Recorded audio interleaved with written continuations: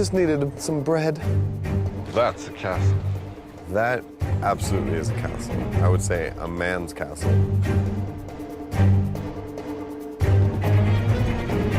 So we're at the Warwick Castle. Yeah. Which there was never really an actual battle or a siege of this castle, but it... Not during the wars. But they played an integral part politically. Yeah. As far as, you know, who owned this.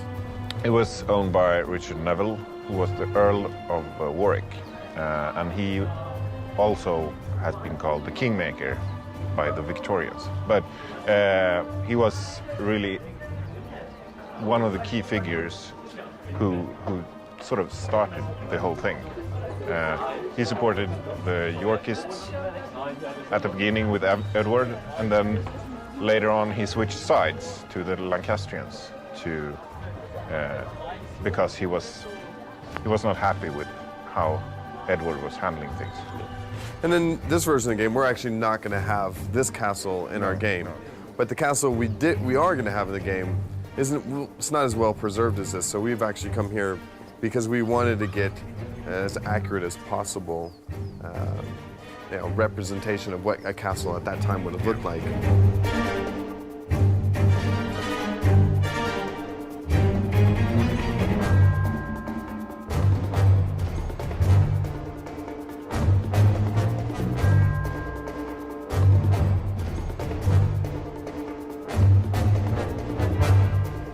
Now, we always think about everyone on the battlefields in the 15th century wearing complete armour of plate. If you look at the artistic representations, that's what you see.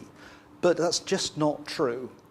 When you look at the more detailed records, you find that the vast majority of archers and billmen on both sides, where there is any evidence, had hardly any protection at all.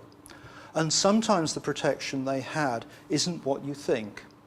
Most complete plate armours for the men-at-arms have a helmet called a sallet, and we know what that's like, wonderful visored thing worn with a bevel which fits onto your plate defences. But this is a sallet as well. This is a very simple, relatively crudely made skull cap, but you still call it a sallet. And this is the kind of thing that the really well-equipped archer or billman was wearing in the middle of the 15th century.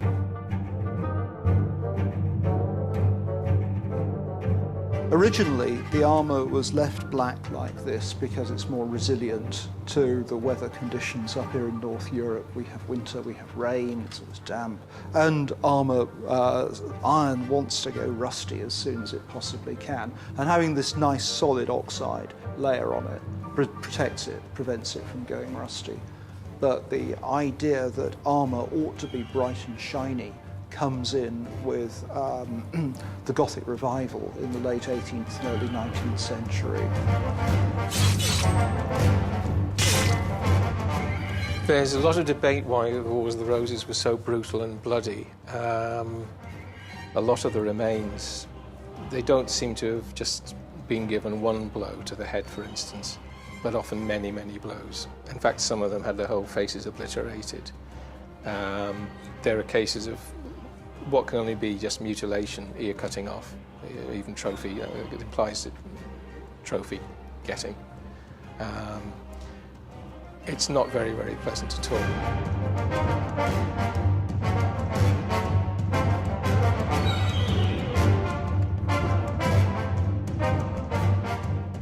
This sword is a hand-and-a-half sword. It's a different type of medieval sword.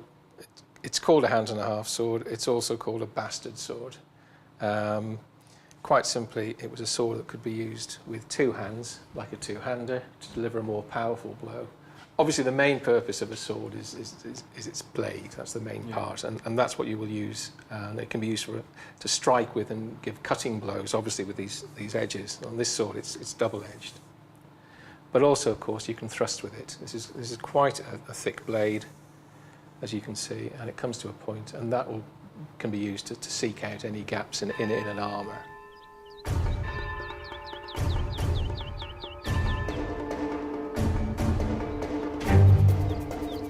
Here we're bringing some short hafted staff weapons. One is the mace, which is this one, and the other is a horseman's hammer. But as you can see, it's got this hammer head, which is faceted, which means if it comes into contact with the smooth surface of a plate armour, it's going to grasp, it's not going to slide off. Then the other thing is, if you meet an unarmoured opponent, you can basically just whack them with that, and the result can be seen here on the type of wound that a spike like this can give. I was quite stunned. I mean, to actually get to touch these swords and to actually wield one in your hand and to see that and to find these nuanced additions to the weapons that we would have never ever known about, like how they used it to protect their finger because they actually started holding the swords more like a fencing foil to better wield it and to be more accurate with their attacks. Yeah, and I mean the lightness of everything. It was. I was totally convinced they were all like solid metal or wood or whatever. Yeah, I weighed like 5 kilos or something. The sheer engineering of this was just unbelievable. Yeah, but I mean, either it worked or you die.